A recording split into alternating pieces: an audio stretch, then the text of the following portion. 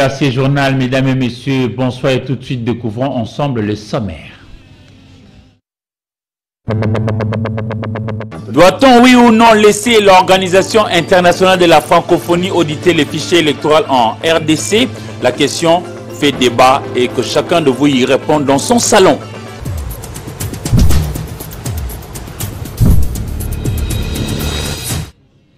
Mesdames et messieurs, bonsoir. Le Premier ministre congolais Sama Lukonde Kyenge Jean-Michel, chef du gouvernement, a échangé mardi 2 mai 2023 avec le gouverneur de la province du Kasaï central, John Kabeya Chikayi, avec qui il a abordé plusieurs questions d'ordre du développement de cette partie de la République démocratique du Congo. Le stade de jeunes de Katoka s'était écroulé il y a 2 mois. Lui-même, le chef du gouvernement, Sama Lukonde Kyenge, a promis de suivre pas à pas jusqu'à la réhabilitation de cet ouvrage d'ici août 2023. Il est au micro de John Gumboa. Avec le Premier ministre, c'était la question sécuritaire de ma province. La semaine passée, si vous avez suivi comme moi, il y a eu des affrontements entre des communautés dans le territoire de Djimbéleng. Ça a occasionné beaucoup de déplacements. Il y a un groupe de déplacés qui s'est retrouvé dans la province du Kasaï oriental. Et il y a aussi dans les territoires de Kazumba, là où il y avait eu aussi des affrontements. Et à l'Uz-Méméma. Alors tout ça, c'était parmi des questions majeures que nous avons échangées avec le chef du gouvernement qui a trouvé des solutions à l'immédiat pour me rassurer son accompagnement en me dotant la mobilité dans les jours à venir. Et l'autre problème, c'est au niveau des infrastructures. Parce que ça fait pratiquement 2 mois que les stades de jeunes de Katoka s'est écroulé, dont lui-même au mois de septembre, il avait rassuré à cette population qu'il va se donner corps et âme pour réhabiliter ces stades. Et à l'occasion même, il a échangé avec le ministre des Sports, Excellence Kaboulo, pour son intervention rapide. Et le ministre des Sports, il a rassuré au Premier ministre que c'est parmi les priorités. Il y a au moins 5 stades qui sont retenus, mais les stades de jeunes de Katoka est retenu pour la réhabilitation plus tard au mois d'août. Alors cette infrastructure sera prête pour recevoir des activités. Lors des activités organisées hier 1er mai 2023 au Palais du Peuple, siège du Parlement national, cérémonie placée sous le haut patronage du chef de l'État Félix-Antoine Tshisekedi Tshilombo, représenté sur place par le Premier ministre Sama Lukonde Kyenge. Un cahier de charges de l'intersyndicale du Congo a été remis à la ministre en charge de l'emploi, prévoyance sociale, Mme Claudine Ndoussé. Des leaders de syndicats ont exprimé leurs souhaits en attente par rapport au gouvernement. Fofana Mukubi Djouzen Bilibili est dédié aux travailleurs dans plusieurs pays du monde. À l'occasion de la célébration de la Journée internationale du travail, organisée au Palais du Peuple à Kinshasa, le syndicaliste était porteur de plusieurs réclamations. Après les discours du Premier ministre, de la ministre de l'Emploi, Travail et Prévoyance sociale, l'un des leaders syndicaux a dit: il faut que nous puissions négocier pour le salaire minimum. Par exemple, le chef de l'État n'intervient dans la vie du citoyen qui travaille qu'en relevant le salaire minimum. Même l'Allemagne qui ne voulait pas du salaire minimum est entrée dans le salaire minimum. Je dis donc au président de la République, le Premier ministre a pris l'engagement qu'on ne fasse pas le dialogue uniquement pour organiser le calendrier électoral, mais aussi pour le salaire minimum dans le pays. Nous avons besoin que les gens qui nous observent comme étant assis dans une richesse, des mines, des forêts, des eaux, etc., puissent aussi envier l'homme congolais. Et l'homme congolais, c'est à travers son travail, à travers sa rémunération, à travers sa dignité. Et la dignité ne peut pas s'acquérir si vous n'avez pas tout ce que vous avez pour vous affirmer. Je crois que le premier élément et le dernier élément que je dois citer, c'est que dans notre temps, il faut promouvoir le dialogue. Or, le dialogue a besoin de personnes formées pour cela. Donc, je demande aux organisations professionnelles, aux organisations des travailleurs, les employeurs, d'organiser la formation pour les délégués syndicaux, pour les permanents syndicaux, afin d'avoir un dialogue de qualité qui nous permet de changer nos vies. Les travailleurs congolais ont exprimé clairement l'amélioration des conditions de travail et une sécurité sociale. Et une bonne sécurité sociale. Les membres et cadres du parti politique Réveil de la conscience de Kama, RCK en sigle, ont été au stade de martyrs de la Pentecôte lundi 1er mai 2023 pour la sortie officielle de leur parti sous le leadership de Samuel Massambokidi, guide suprême du parti, témoin de l'événement Africa Mujinga. La classe politique m'a traité de tous les mots. Mes confrères, serviteurs de Dieu, m'ont insulté. La seule personne qui a dit que je ne suis pas fou, c'est le président Tshisekedi. Ils sont venus pour s'aligner derrière la vision de leur guide suprême, Samuel Massambokidi Nitoufuidi. Ce lundi 1er mai 2023, jour dédié aux travailleurs, a été consacré à la sortie officielle du parti politique Réveil de la conscience des Kama au stade des martyrs de Kinshasa. Maintenant, koloba mingi mingi na esprit. Wete sika likambo ezalaki, esiko makile tangaki, foko bongisana nukuna. Ndena yake pa ya batata, o batangisa makila na bango na we sika, na ebisa bango ete na bandi. Natondi Botondi, le président de la République, le chef de l'État, le commandant suprême des forces armées, son Excellence Félix-Antoine Tshisekedi Tshilombo, le président de la République, Alaki Sibiso na Molimo, Kengonga Ekoki. Le stade a été décoré en couleurs, des drapeaux, des drapelets, t-shirt, banderole avec l'emblème du RCK, le tout pour une bonne présentation des cofondateurs et membres du bureau politique et une meilleure visibilité du parti. Le parti politique Réveil de la conscience des Kama prône 3 paradigmes, à savoir la liberté de l'esprit, gouverner autrement et la révolution en marche. Ce premier Ngunza au stade des martyrs avec son RCK ajoute à la politique la science et les spirituels et soutient la vision du chef de l'État, Félix-Antoine Tshisekedi Tshilombo.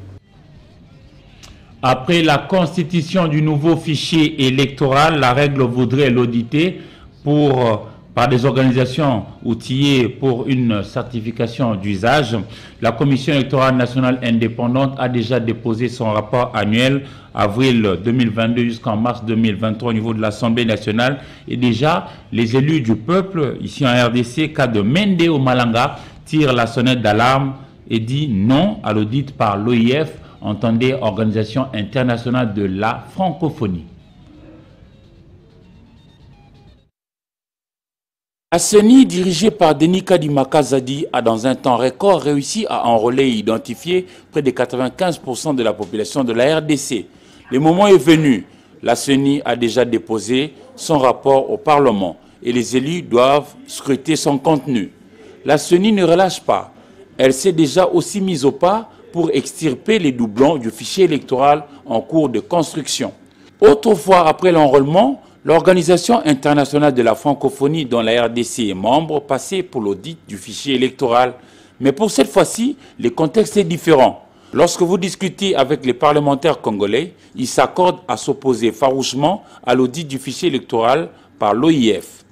Pour nombre d'entre eux, ça sera offrir à Paul Kagame l'occasion de détruire encore un travail congolais réalisé à la sueur de front, dur labeur.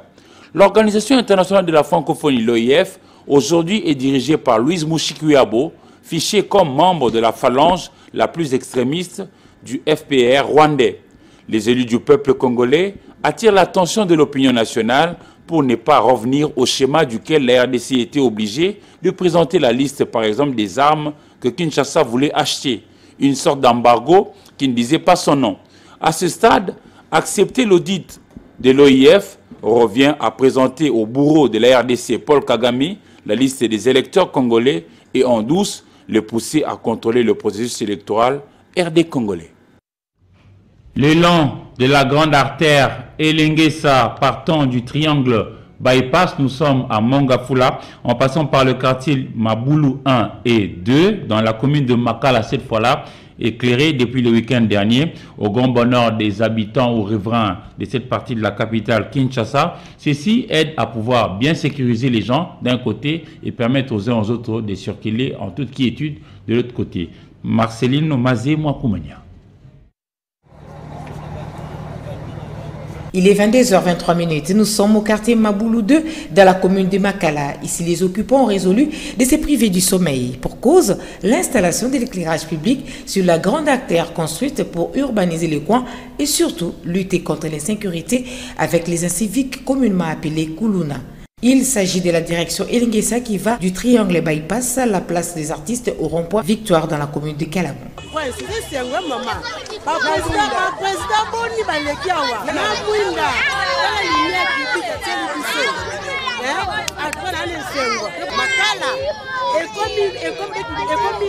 C'est tard dans la soirée que l'équipe commise à cette tâche a débuté les travaux au grand plaisir de premiers bénéficiaires, comprenez ceux de l'avenue Moussoni. Les palmiers et les bambous au siège des criminels ont cédé de la place aux poteaux pour l'éclairage public autonome qui ignore l'énergie électrique et passe au devant le bienfait du soleil pour de nous éclairer à la sécurité rassurante.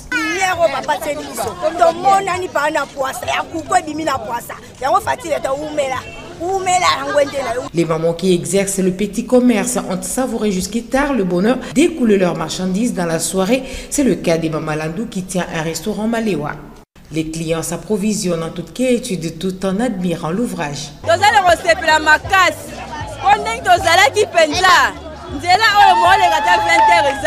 Les motards, du moins les professionnels qui se refusaient ces tronçons au-delà de 20 heures, ça donne désormais à cœur joie et ce ne sont pas les clients qui manquent.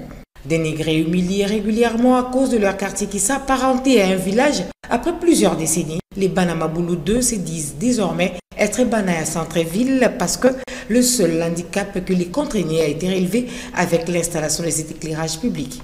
Makala sentiment fort wa mwinda bwena to mona te da tala sentiment côté la vie sera bobenga makala ni na minute ada na sentiment to ko kate Dubai Dubai.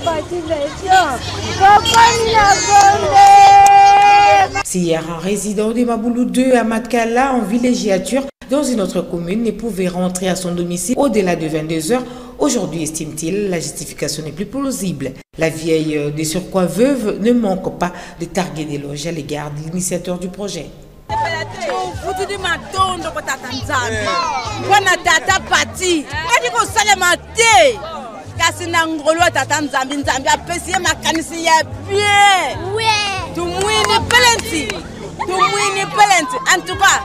Tata Nzambi asunga ye azongisa ye zieni azongisa ye bebe asimba kibende mpamba te nzete ye kubukana kanti kibende kakibuku kangako.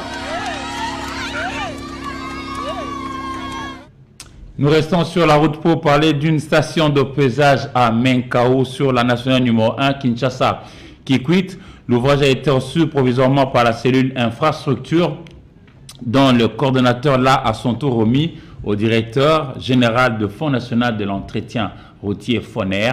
On fait le point avec nos confrères de B1 Télévision. La surcharge accélère la détérioration des routes, ce qui oblige le Fonds national d'entretien routier à revenir sur le même tronçon, alors qu'avec les mêmes fonds alloués, cette entreprise publique aurait pu prendre en charge d'autres routes. Un grand pas est franchi par la construction à Menkao sur la RN1 Kinshasa-Kikwit de la station de pesage reçue provisoirement par la cellule infrastructure dont le coordonnateur l'a à son tour remis au directeur général du FONER. Pour assurer le bon fonctionnement de ces équipements, la firme Hydra a organisé 2 sessions de formation à Kinshasa et ici sur place à Menkao en faveur du personnel de l'administration, office de route, FONER et cellule infrastructure. À la suite de la vision du chef de l'État qui veut des routes pour relier les coins et recoins de la République démocratique du Congo, le directeur général du FONER insiste sur la protection de ces routes pour leur longévité. Le contrôle qui sera fait ici va dissuader les surcharges sur les camions de transport. Mais l'objectif à terme, c'est que quand les gens seront sensibilisés, quand ils seront fatigués de payer des pénalités, ils reviendront à la normale, ils vont respecter la réglementation, ce qui fait que le paysage ne générera plus de ressources. C'est ça l'objectif. Ces stations de pesage est une référence de modèle type des ouvrages appelés à être dupliqués à travers le pays. Précision de la Banque africaine de développement qui finance le projet Nova Chikapa dans lequel s'inscrit la construction de ces stations. Nous et nos partenaires du gouvernement, nous sommes dans cette logique de protection du patrimoine routier et nous avons mis en place une station moderne avec les chaussées intérieures en béton qui résistent mieux parce que nos véhicules, ils ont un état mécanique qui pose problème souvent. Alors, il faut sointer l'huile des moteurs ou les carburants sur la chaussée, ce qui crée des ornières qui détruisent encore la chaussée. Pierre Bundo Kindongala, le bénéficiaire, a à son tour remis l'ouvrage à Aria Holding pour exploitation selon le partenariat public-privé signé de bonne foi pour 10 ans. Le FONER cède une bonne partie de ses attributions à Aria, notamment la gestion du péage sur ce tronçon de route, mais Aria a également des obligations en dehors du fait qu'il apporte de l'argent frais dans le contrat pour moderniser les installations.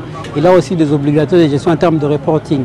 Et le FONER est appelé à avoir également des délégués dans la gestion de ARIA. Et en même temps, c'est un système informatique qui sera mis en place de mon bureau. Je saurai au jour le jour qu'est-ce qui est encaissé, quoi. Après la sensibilisation à blanc, il ne restera plus qu'à Aria Holding de se mettre à l'épreuve de la circulation avant de lancer officiellement le paysage, couplé aussi au péage. L'entente beach volley de Kinshasa a organisé l'Open hier lundi 1er mai 2023 à l'Institut de la Gombe. Le jeu a été organisé dans les deux versions, c'est-à-dire masculine d'un côté et féminine de l'autre. Le temps fort de cette rencontre avec Neila Mbouchi. L'Aérolimata sur la marque de 1-7-0, soit 21-15 lundi, à match de finale Monsieur de l'Open de l'entente des beach volley de Kinshasa. Dans l'autre finale féminine, la paire Sarah Mundumunu, Silamif Moussala a dicté sa loi à Irène Mpechi et Lydia Chibonge par 21-16. Un motif de joie pour les organisateurs de cette compétition de beach volley.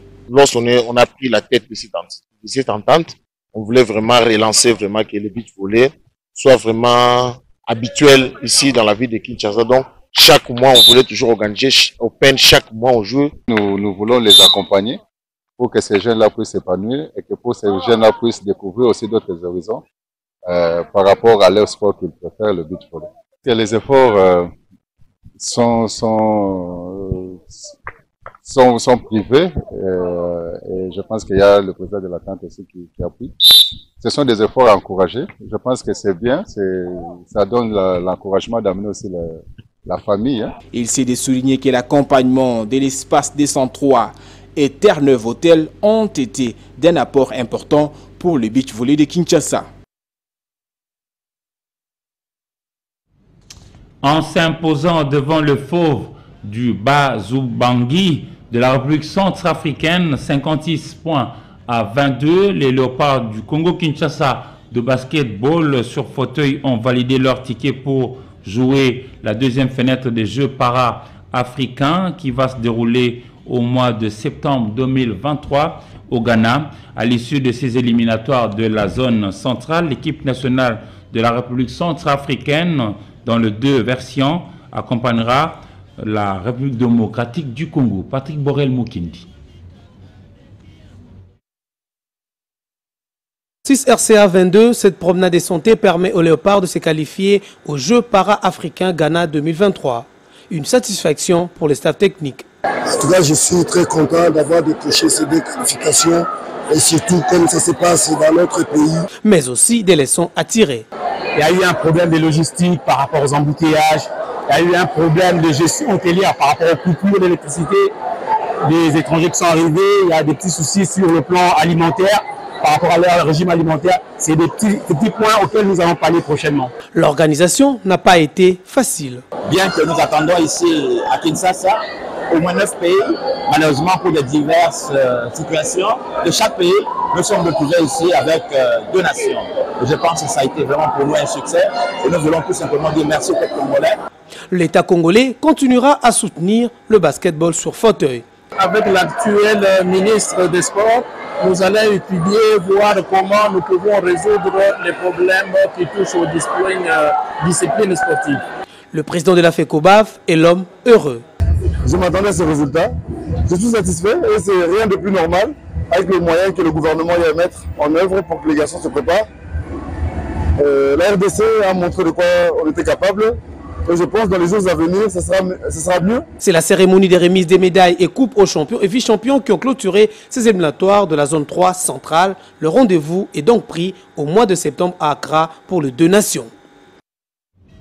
La Ligue nationale de la boxe professionnelle, l'INABOX Pro, a démarré avec une série de galas questions de donner l'occasion aux boxeurs de devenir de professionnels véritables. Le comité de cette entité sportive a commencé avec des combats d'une facture élevée lundi 1er mai 2023 au centre culturel dans la commune de Lemba où on retrouve Neila Mouchi. Dans la catégorie des coqs, monsieur, Nkongolo Bakora a battu Kalombo Super au point. Lundi, au centre culturel de Lemba ex-franco-congolaise, en combat de la Ligue nationale de boxe professionnelle. Les autres résultats des combats se présentent comme suit. Dans la catégorie des plumes, Kieto Ravel s'est imposé face au boxeur Kyoluka Antoine au point. En léger, Mujinga Frazier a corrigé son adversaire Abibo Tende au point. En Walter, Aoulou Espoir a empoché une précieuse victoire devant Bouleleko Carmel au point. En mi-moyen, Biembe Yves a cogné son challenger Mukungu Ledric au point. Les combats se sont terminés dans une ambiance conviviale et sportive. Oui, il y a vraiment des leçons à tirer, mais la première, j'ai vu que la jeunesse congolaise a besoin de boxer. Vraiment, nos pulsidistes ont besoin de boxer. Alors, c'est à nous, les organisateurs, de leur faire plaisir. Nous continuons par rapport à notre programme, ce que nous avons présenté à la Fédération congolaise de boxe, c'est-à-dire c'est moi ici, le samedi 20 mai, il y aura encore un gala ici, et le 10 juin, il y aura encore un gala ici. Tout cela pour découvrir nos meilleurs boxeurs, afin de les aligner au rang de boxeurs professionnels. Et pour vous informer que tous ces combats qui viennent de passer sont en direct de la boxe rec. Le premier vice-président de la l'INABOX Pro, César Isenge Tozo, a remis des licences professionnelles aux pugilistes la soirée. Complétons l'actualité avec notre partenaire au niveau africain, The Voice of America, VOA. En RDC, 8 agriculteurs ont été tués dimanche dans une attaque attribuée à une milice communautaire dans 3 villages du nord-est du pays, a-t-on appris d'un responsable local. Les miliciens ont aussi incendié une centaine de maisons et pillé du bétail selon la même source. Au Soudan, l'armée et les paramilitaires en guerre ont annoncé dimanche prolongé de 72 heures une trêve globalement non respectée, mais qui a permis de maintenir les couloirs de passage sécurisés pour l'évacuation d'étrangers et de poursuivre les négociations. Jusqu'à présent, la guerre a fait au moins 528 morts et plus de 4000 blessés selon les chiffres officiels. En Côte d'Ivoire, l'ex-première dame Simone Gbagbo a demandé pardon aux victimes de plusieurs violences, crises politiques, dimanche à Bouaké. Simone Gbagbo a demandé en outre le retour du chef de la rébellion de 2002, Guillaume Soro, aujourd'hui en exil et condamné à perpétuité par la Côte d'Ivoire. En Éthiopie, les forces de sécurité ont annoncé dimanche avoir arrêté 47 suspects après le meurtre d'un dirigeant du parti au pouvoir du Premier ministre Abiy Ahmed. Girma Yeshitila, chef du parti de la prospérité en Amara, a été tué avec 4 autres personnes lors d'une attaque jeudi.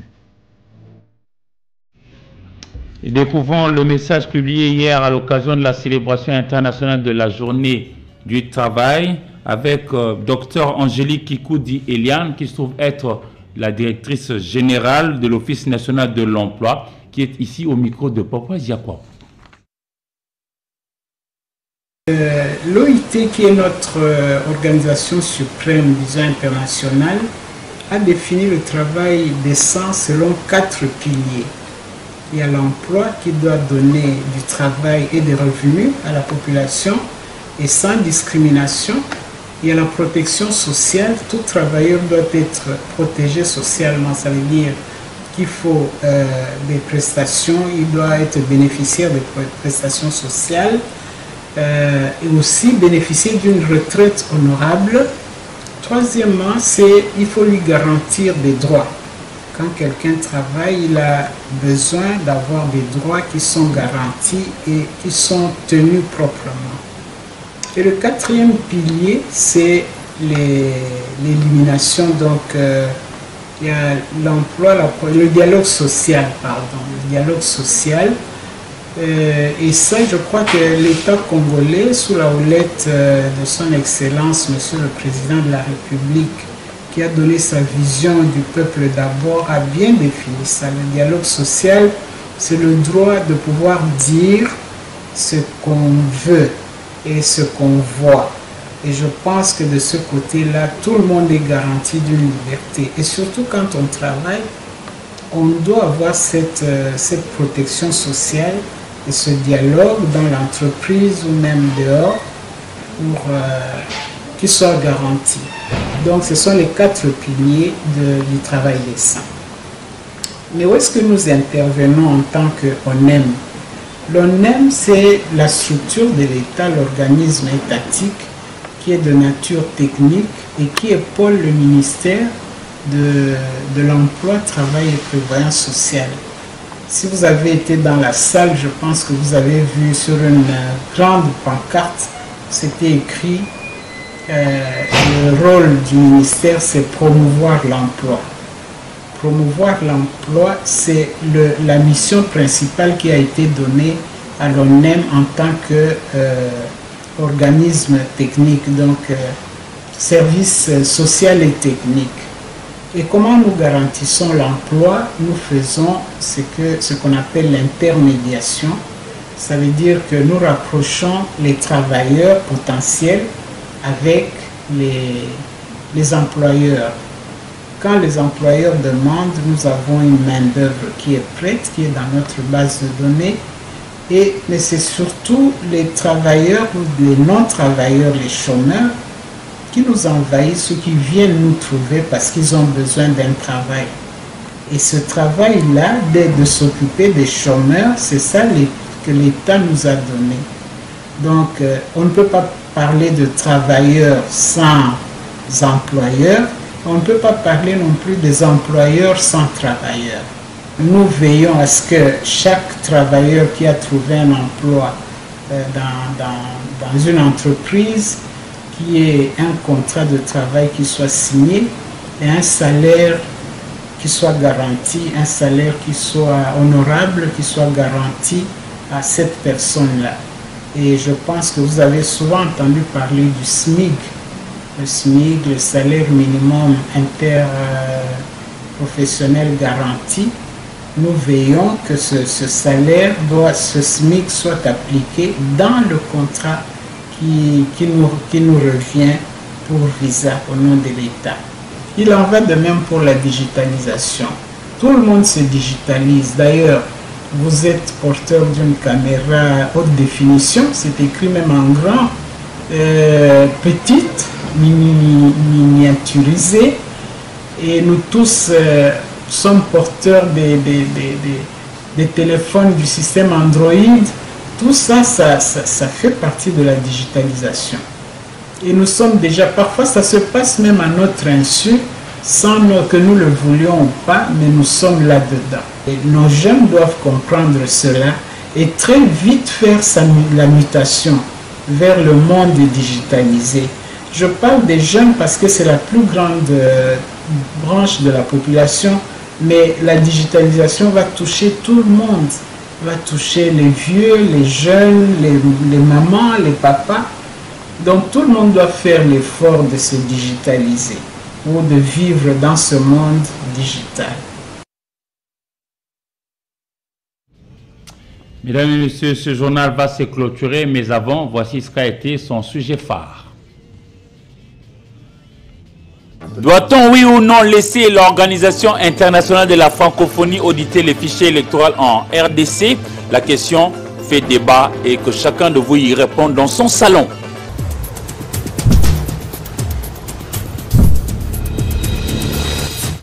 Ce journal est complètement terminé. Merci à vous de l'avoir reçu dans vos familles et au revoir.